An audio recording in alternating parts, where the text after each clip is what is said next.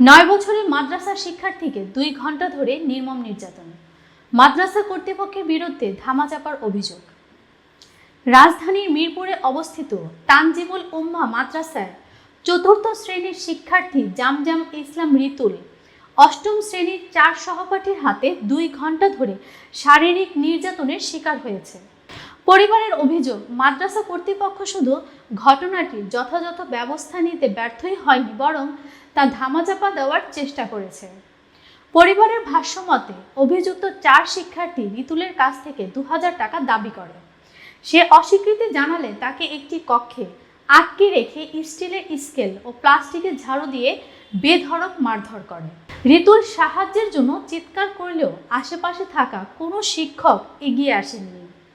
নির্যাতনের পর তাকে জোরপূর্বক গোসল করিয়ে আঘাতের চিহ্ন লুকানোর চেষ্টা করা হয়। পরে রুমে পাঠিয়ে দেওয়া হয় এবং তাকে হুমকি দেওয়া হয় যেন পরিবারের কাছে কিছু প্রকাশ না করে। পরদিন মাদ্রাসা কর্তৃপক্ষ কোনো চিকিৎসা না দিয়ে খালি পেটে তাকে একটি ব্যথানাশক ওষুধ খাওয়ায়। পরিবারকে না জানিয়ে একটি শিক্ষকের ফোন থেকে রিতুলকে দিয়ে বলা হয় আসন্ন প্রতিযোগিতার কারণে সে শুক্রবার বাসায় যাবে না। তবে রিতুল কৌশলে তার ভাইয়ের নম্বর এক সহপাঠীর মাধ্যমে পৌঁছে দেয়। ওই সহপাঠী রাত 9:30টার দিকে এক শিক্ষকের মোবাইল থেকে ফোন করে রিতুলের ভাইকে ঘটনাগুলো সব জানায়। রিতুলের ভাই দ্রুত মাদ্রাসায় গিয়ে দেখে রিতুল যন্ত্রণায় কাতরাচ্ছে ও সোজা হয়ে দাঁড়াতে পারছে না। তাকে দ্রুত হাসপাতালে নিয়ে যাওয়া হয় এবং থানায় অভিযোগ দায়ের করা হয়।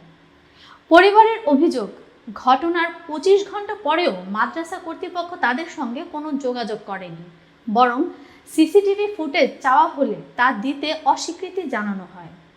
প্রতিষ্ঠানটির ম্যানেজিং ডিরেক্টর জানিয়েছেন তিনি তার সন্তানকে বিদেশে পাঠানোর কাজে ব্যস্ত ছিলেন, আর চেয়ারম্যান জানান তিনি হজে যাচ্ছেন, তাই বিষয়টিতে সম্পৃক্ত হতে পারবেন না। তাদের ভাষ্য, দেশ জুড়ে আমাদের 105টি শাখা রয়েছে, একটি বন্ধ হলে কোনো সমস্যা নেই।